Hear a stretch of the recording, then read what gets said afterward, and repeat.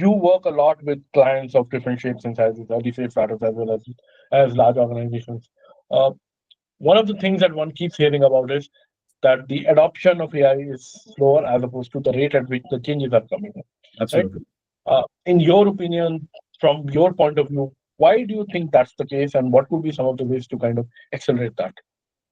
That this is an excellent question, right? I think, and I was talking to somebody the other day, right? Like, I have been like working R&D for like more than 2 decades, and prior to that, for example, I work in ad networks and content delivery networks, and you also had like research papers come out, how to do better delivery, do better ad generation, do like better recommendation systems, Yeah.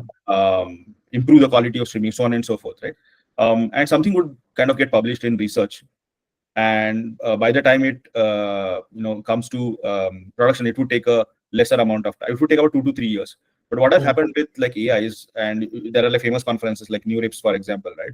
A paper is published there, and then people just figure out how to implement. And typically, sometimes the papers themselves are accompanied by an implementation which people can Yeah. use for reproducibility. But again, reproducibility is a large enough topic. Maybe we can tackle at some other Yeah. point.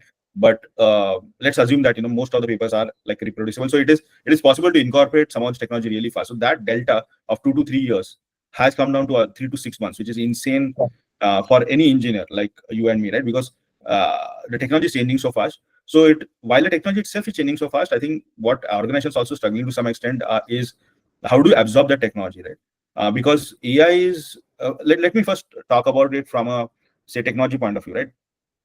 We've always had new technology. We had mobile, we had cloud, we had multimedia, Yeah. so many different things we had, like crypto, for example. But they were all deterministic, right? We always had a deterministic components. And if we give, if we knew that A plus B plus C is equal to D, every time I do A plus B plus C, I will get D.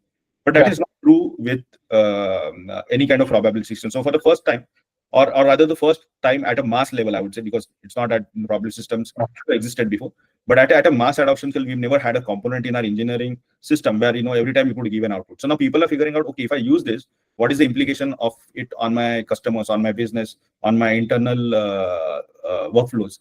And Mhm. that is like some, so it's not enough to build a system and deploy it, but it's also important to be able to monitor it for accuracy, Mhm. change usages over a period of time, right? So that means the way, coming back to the second problem, this is one part is the technology, right? How do you do continuous improvement, continuous deployment, observability? The other end of the spectrum is how do I measure this, right? Because I'll give a simple example. I have built maybe, let's say, a SaaS tool that maybe Mhm. does summarization of, or intent of, so basically, let's say you give it an audience profile and